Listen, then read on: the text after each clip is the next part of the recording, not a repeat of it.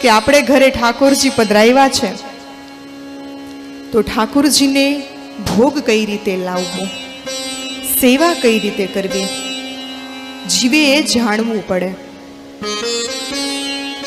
જો આ વચનામૃતમાં આગળ એ જ ચર્ચા આવે છે કે જીવ જ્યારે ઠાકોરજીને ભોગ ધરાવે છે ત્યારે અમુક વસ્તુની ધ્યાન રાખવું જોઈએ. સકડી અનસકડી ભેગા ન કરવા જોઈએ, શુદ્ધતા રાખવી જોઈએ. ભોગ ઠાકોરજીને ધરાવીએ ત્યારે વિનંતી કરવી જોઈએ, ભાવથી ધરવો જોઈએ. સવારે જ્યારે મંગળા કરાવીએ ત્યારે મંગલા ભોગ આવે, રાજભોગ લાવીએ ત્યારે રાજભોગ આવે.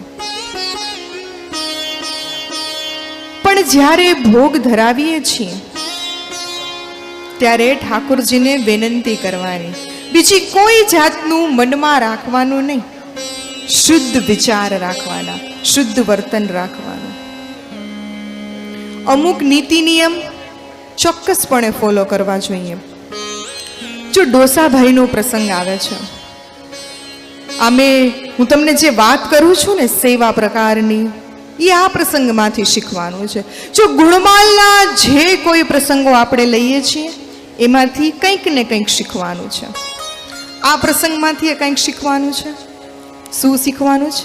સેવા કેવી રીતે કરવી જોઈએ, ઠાકોરજીને લાડ કેવી રીતે લડાવવા જોઈએ, સેવા કરતા હોય ત્યારે કઈ કઈ વાતનું ધ્યાન રાખવું જોઈએ. મચ્છુ નદીના કાંઠે ડોસાભાઈ રહે છે. શ્રી ઠાકોરજીના અનીન અને અટંકા સેવક છે. સર્વ સમર્પિત ઠાકોરજીને કરી દીધું છે.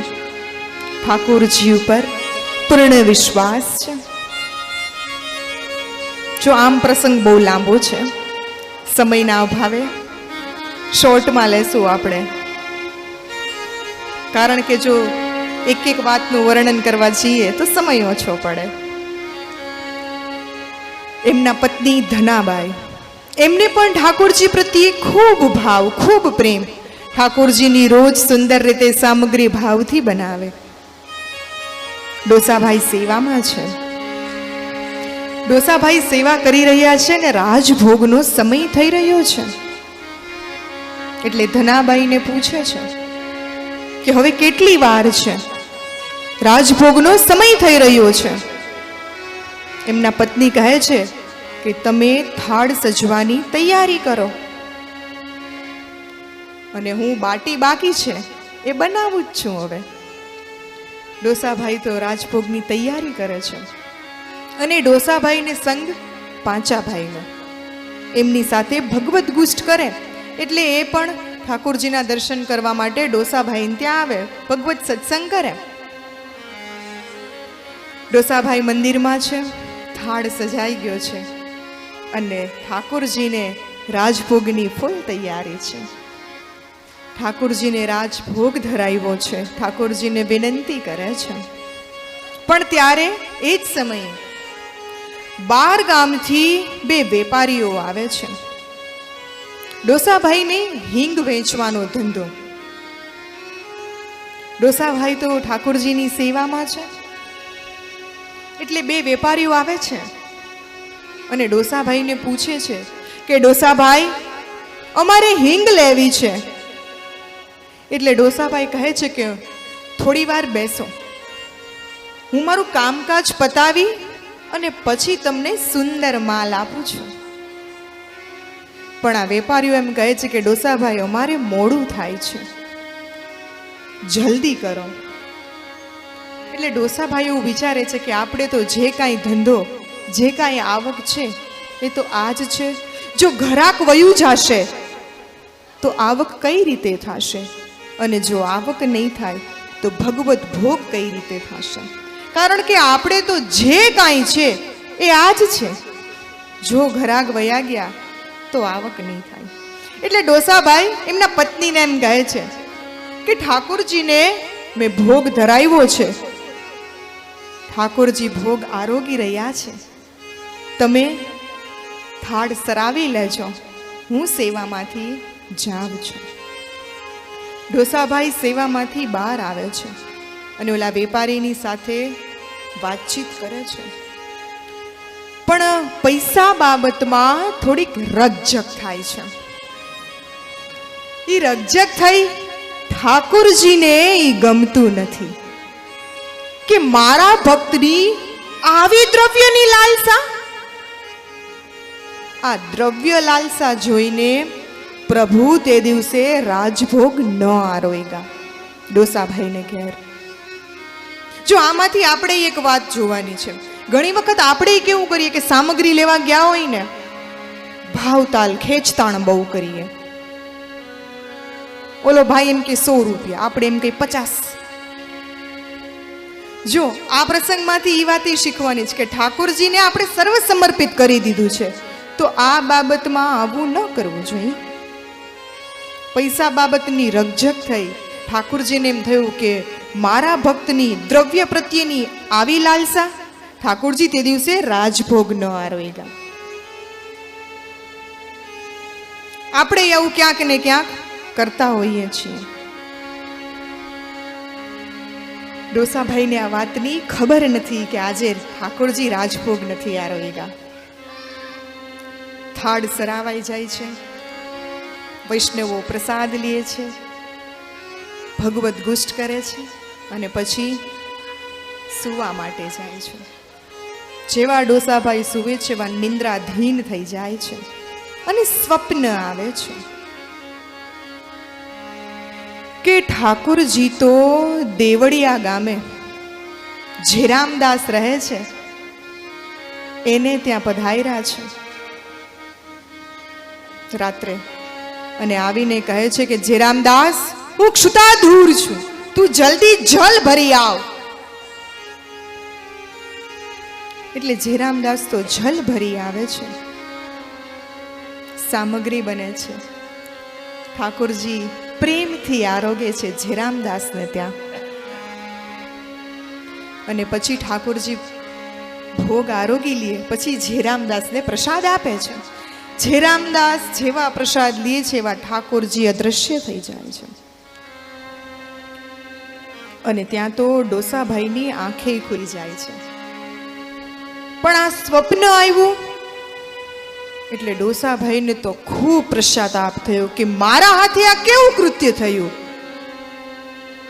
કે મેં આવી લાલસા રાખી, માટે પ્રભુ મારે ત્યાં આરોગ્યા નહીં અને જેરામદાસને ત્યાં રાજભોગ આરોગ્યા. પણ હવે આ વાતની ખાતરી કરવી પડશે. એટલે સવાર પડતા જ પાંચા ભાઈને એમ કહે છે કે મને આવું સ્વપ્ન આવ્યું છે, જો જેરામદાસને ત્યાં જાઉં તો આ વાતનો ખુલાસો થાય. એટલે હિંગ લઈને અને જેરામદાસને ત્યાં જવા નીકળે છે, કારણ કે હિંગ વેચવાના બાને એને ત્યાં જઈશ તો કાંઈક વાતચીત તો થશે જ. એટલે ડોસાભાઈ નીકળે છે. દેવળીએ ગામ આવ્યા પહેલા ઘણા બધા ગામ, પહેલાના વખતમાં તો હાલીને જ જવાનું હોય, હાલતા હાલતા ઘણા ગામ વચ્ચે આવે છે, વૈષ્ણવોને ત્યાં જાય છે, કીર્તન સત્સંગ કરે છે, આનંદ કરે છે. એમ કોટડા ગામે મંડપ થવાનો છે. એટલે ડોસાભાઈને એક વૈષ્ણવ એમ કહે છે કે મહામંડપ મહોત્સવ છે, તો તમે લાભ લઈને ઠાકોરજીના દર્શન કરીને પછી જ જજો. તો કે સારું. એટલે મંડપમાં ઘણું જ જૂથ ઉપસ્થિત છે. એમાં જેરામદાસ ત્યાં આવ્યા છે. જેરામદાસને જોઈ અને અંદર એમ થાય છે કે ઠાકોરજી મારે ત્યાં ન આરોગ્યા અને જેરામદાસને ત્યાં આરોગ્યા, મેં આ કેવું કાર્ય કર્યું. 3 દિવસ ખૂબ આનંદ મંગલ થાય છે. અને પછી જેરામદાસની સાથે વાત થાય છે. એટલે જેરામદાસ ડોસાભાઈને એમ પૂછે છે કે તમે કઈ બાજુ જવાના છો? એટલે એમ કહે છે કે હું તો હવે નીકળી જવાનો છું. તો કે મારે એ જ દિશા તરફ આવવાનું છે, તો હું સાથે આવું. એટલે જેરામદાસ અને ડોસાભાઈ નીકળે છે.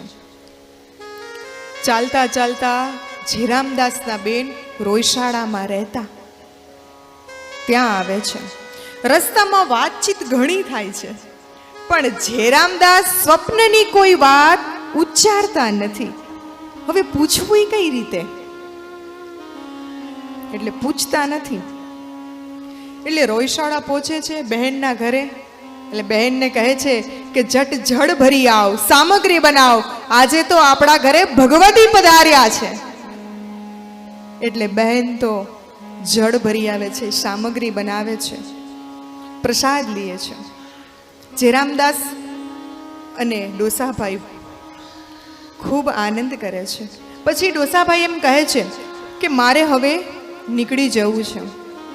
એટલે જેરામદાસ એમ કહે છે કે હજી તો આપણે કાંઈ વાતચીત નથી થઈ, તમે આજની રાત અહીં રોકાઈ જાઓ.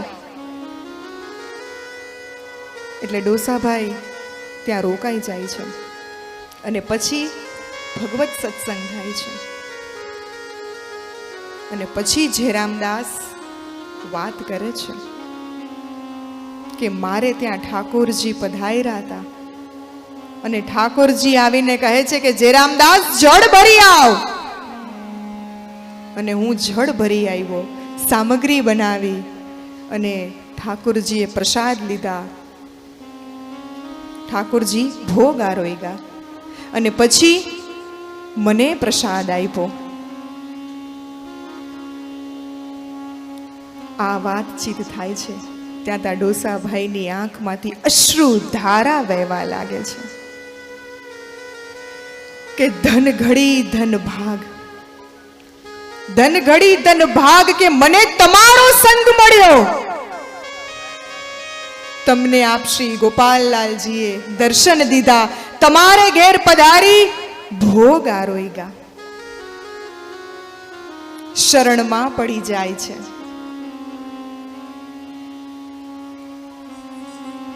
અને જેરામદાસ અને ડોસાભાઈ ઘણો બધો ભગવત સત્સંગ કરે છે. અને ડોસાભાઈને ઘણો વિરહ થાય છે કે મને જે સ્વપ્નમાં આવી વાત જે થઈ હતી, જે સ્વપ્ન આવ્યું હતું એ ખરેખર સાચું હતું કે મારા ઘરે ઠાકોરજી રાજભોગ ન આરોગ્યા. એટલે ઘણી વખત આવવું બને. જો સમય ઓછો છે એટલે વર્ણન પણ ટૂંકમાં થાય છે મારા વાલા, કે આપણે આવી નાની નાની ભૂલો કરતા હોઈએ છીએ.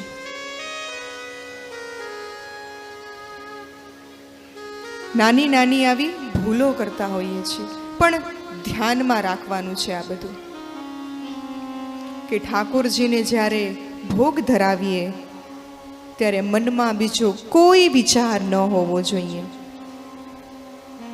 ફક્ત ને ફક્ત ઠાકોરજી પ્રત્યે શુદ્ધ ભાવ હોવો જોઈએ. જો એ શુદ્ધ ભાવ હશે તો ભગવદ પ્રાપ્તિ થશે. આ વચનામૃતમાં પ્રભુ એ જ સમજાવે છે કે જે પ્રણાલિકા છે, જે નીતિ નિયમો છે એ તમારે અચૂકપણે પાડવા જોઈએ. જો જીવ એ ન પાડે તો ભગવદ પ્રાપ્તિ શક્ય નથી. માટે જ્યારે સેવામાં હોઈએ ત્યારે થોડી વાર બધું જ ભૂલી જવાનું. ફક્ત ને ફક્ત ઠાકોરજી એક જ યાદ રહેવા જોઈએ. અને જ્યારે જીવને ઠાકોરજી યાદ રહેવા લાગે ને ત્યારે તમારો જીવ ભટકે નહીં ક્યાંય. કારણ કે સર્વ સમર્પિત થઈ ગયા છો, સમર્પણ ભાવ પ્રગટ થયો છે. પછી જીવ ન ભટકે. પણ જીવ આમ તેમ ભટક્યા કરે તો સમર્પણ ભાવ ન આવે. માટે આ વચનામૃતમાંથી આપણે શીખવાનું છે કે સમર્પણ ભાવ રાખવાનો છે. જો સમર્પણ ભાવ હશે તો જીવ તરશે. બાકી ગમે એટલું કરી લ્યો, અંતમાં હાથમાં કંઈ નહીં આવે. પણ પ્રભુની હૃદયપૂર્વક સેવા કરીએ, સમર્પણ ભાવની સાથે કરીએ તો સેવા ફલિત થાય છે.